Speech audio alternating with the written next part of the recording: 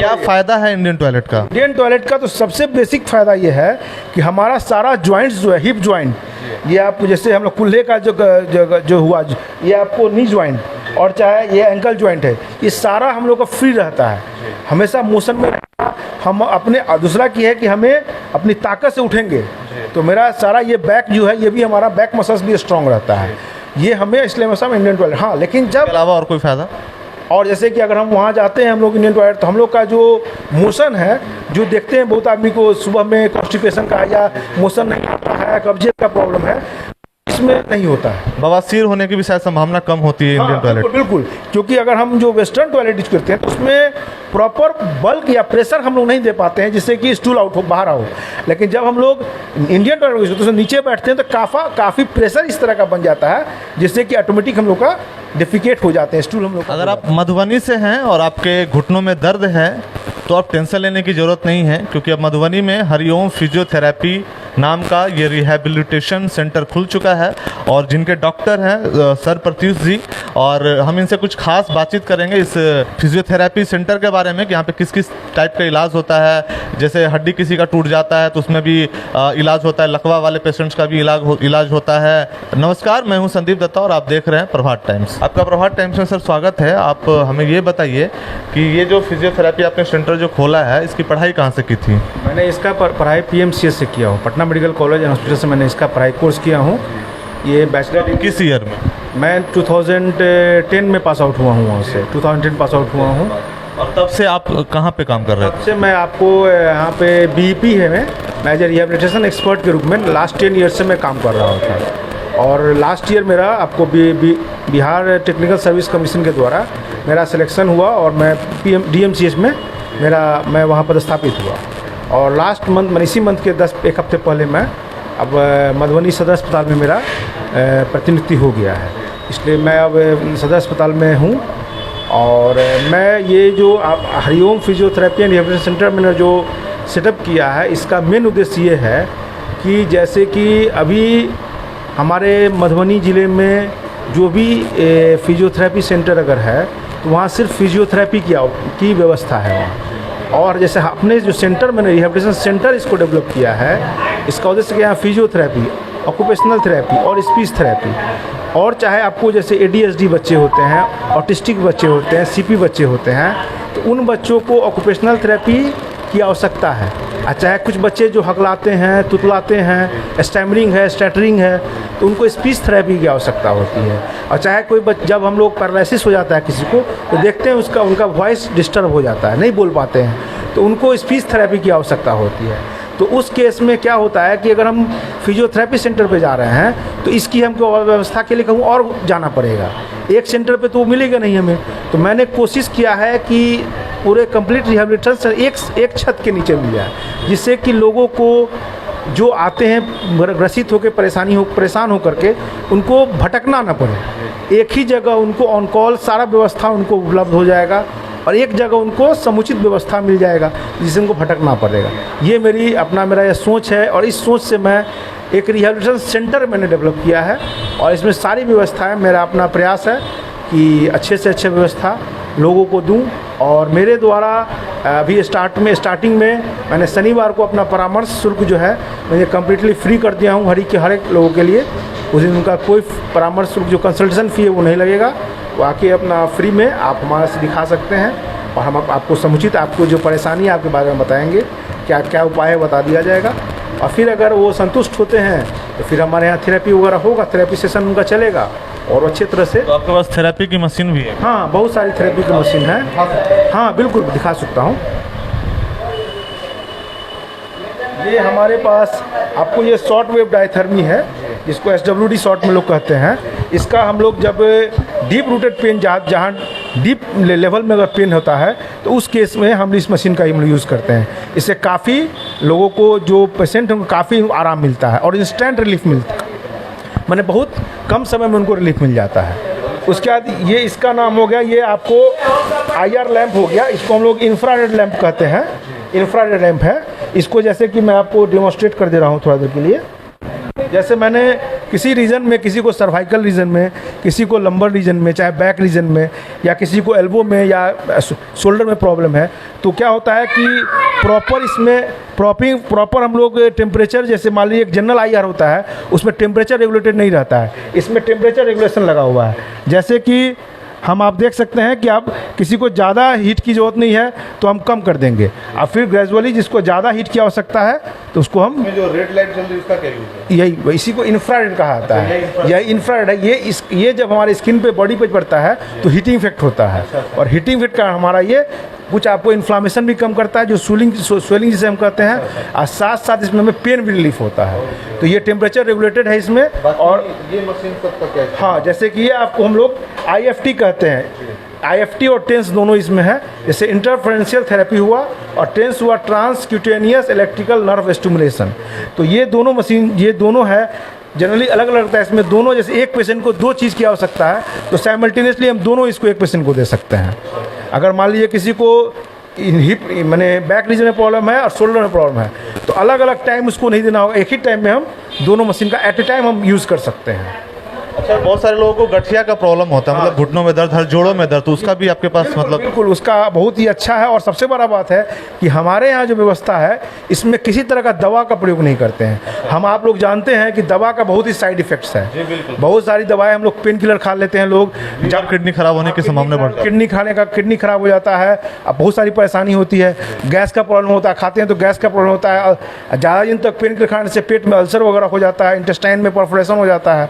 और हम लोगों का जो थेरेपी सिस्टम है इसमें किसी तरह का साइड इफेक्ट नहीं है। तो इसमें हर बीमारी का इलाज है क्या, जैसे हार्ट से रिलेटेड इंटरनल ऑर्गन्स जो हो गए? देखिए, कोई भी विधा कंप्लीट नहीं है अपने आप में, लेकिन बहुत हद तक बहुत सारे बीमारी को हम लोग विदाउट मेडिसिन ट्रीटमेंट करते हैं। एक होता है कि हम लोग दवा के बिना पेशेंट को रिलीव करते हैं, और दवा के बिना पेशेंट को आराम होता है। ये IFT हो गया, उसी तरह वो अल्ट्रासोनिक हो गया। जैसे किसी पेशेंट में आपको टेनिस एल्बो है या गोल्फर्स एल्बो है, जो सुने होंगे तेंदुलकर को हो गया था, इस पोर्शन में हमें कोई भी कपड़ा निचोड़ते वगैरह है तो काफ़ी हमें दर्द होता है, तो उस केस में हम वो अल्ट्रासाउंड का यूज़ करते हैं, बहुत इंस्टेंट पेशेंट को रिलीफ होता है। और ऐसे हम लोग सुनते होंगे, चाहे जानते हैं, चाहे समाज में कोई है कि डॉक्टर जाते हैं ऑर्थोपेडिक के पास तो सीधे वो क्या करेंगे, इसमें इंजेक्शन दे देंगे, और इसका कॉर्टिसोइड जो स्टेरॉयड देते हैं, तो स्टेरॉयड हमारे शरीर के लिए हार्मफुल होता है। और ये हमारा मशीन जो है इसमें वो हार्म भी नहीं करेगा और पेशेंट रिलीफ भी हो जाता है।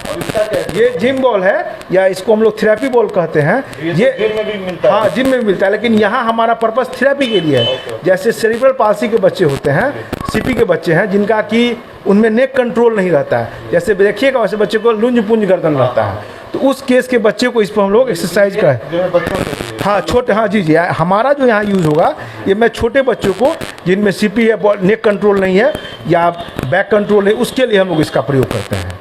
ये आपको CP बॉल हुआ, या इसको थेरेपी बॉल हम लोग कहते हैं। अच्छा, ये एक बात और बताइए, इन सारे प्रोसेस में जो लोग यहाँ पे आएंगे, जो पेशेंट्स होंगे, तो उनकी लगभग खर्चा कितना लगने वाला है? देखिए, वो खर्च तो ऐसे हम डिपेंड करता है कि कितना प्रॉब्लम है, ड्यूरेशन कितने माने उनका जो कम्प्लेक्सिटी है प्रॉब्लम है वो कितना ज़्यादा है।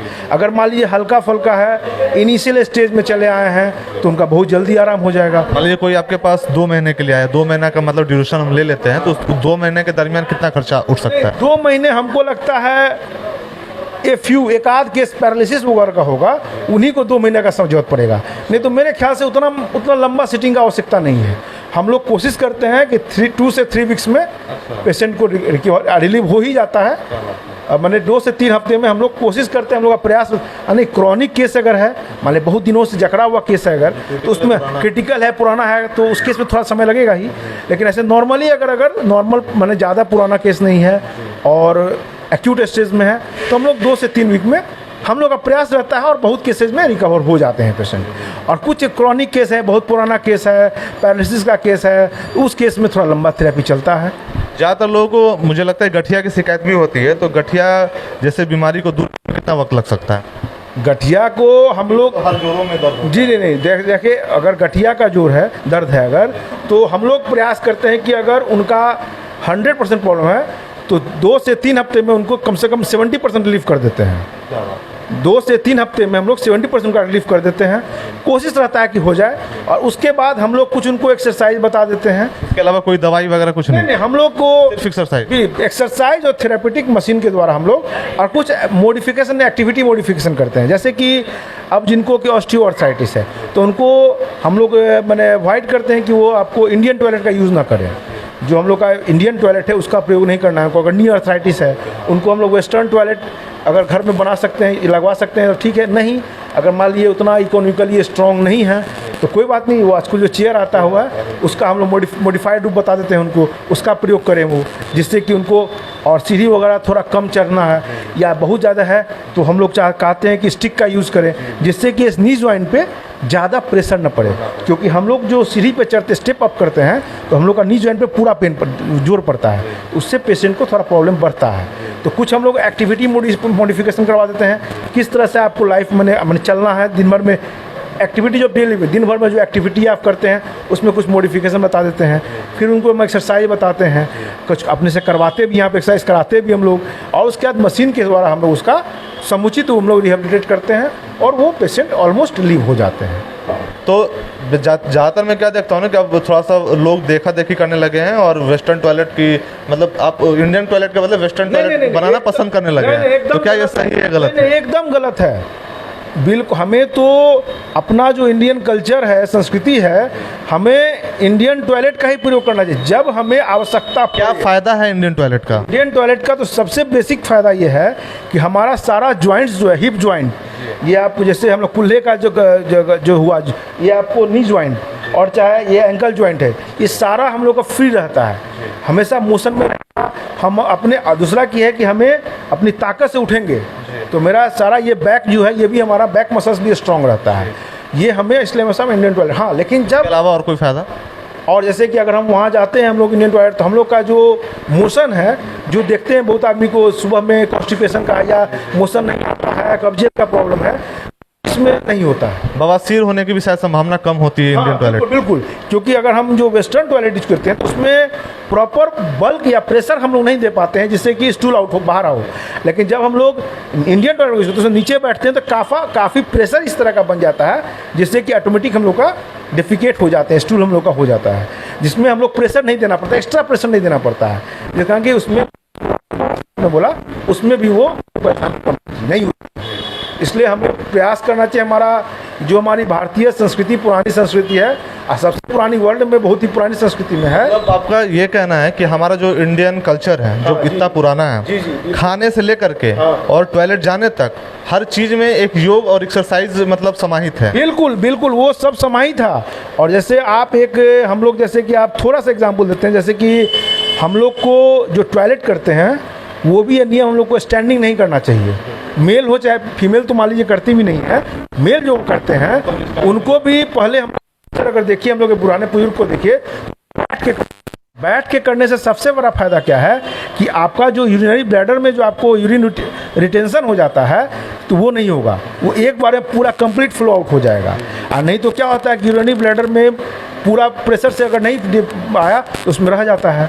तो मतलब पुरुष को भी बैठ के टॉयलेट करना चाहिए? ये हमारा अपना नहीं, ये हमारी संस्कृति का है, और उसको अगर हम लोग प्रैक्टिकली अगर करते हैं तो आदमी, तो उनको प्रॉब्लम कम होती है और उनको आराम होगा, वो ज़्यादा दिक्कत परेशानी उससे नहीं रहेंगे, बुझेंगे। अगर आप हमारे वीडियो को देख रहे हैं तो कम से कम यहाँ से एक चीज़ ज़रूर सीख करके जाएं कि हमारा जो इंडियन कल्चर का जो बाथरूम है वो आप इस्तेमाल करें। मैं कई जगह दिल्ली गया, बॉम्बे गया, होटलों में गया, तो वहाँ मैं यही पाया कि वेस्टर्न बाथरूम का जो है यूज़ ज़्यादा होने लगा है, जो कि हानिकारक है। ऐसा हम नहीं, डॉक्टर साहब भी कह रहे हैं और ऐसा है भी।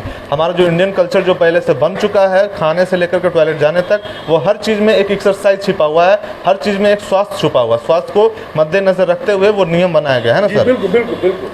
तो सर से बात करके बहुत कुछ जानकारी मिली और हमें भी बहुत अच्छा लगा। अगर आप हमें फेसबुक पे देख रहे हैं तो इसे फॉलो करें और यूट्यूब पे देख रहे हैं तो सब्सक्राइब करें। धन्यवाद।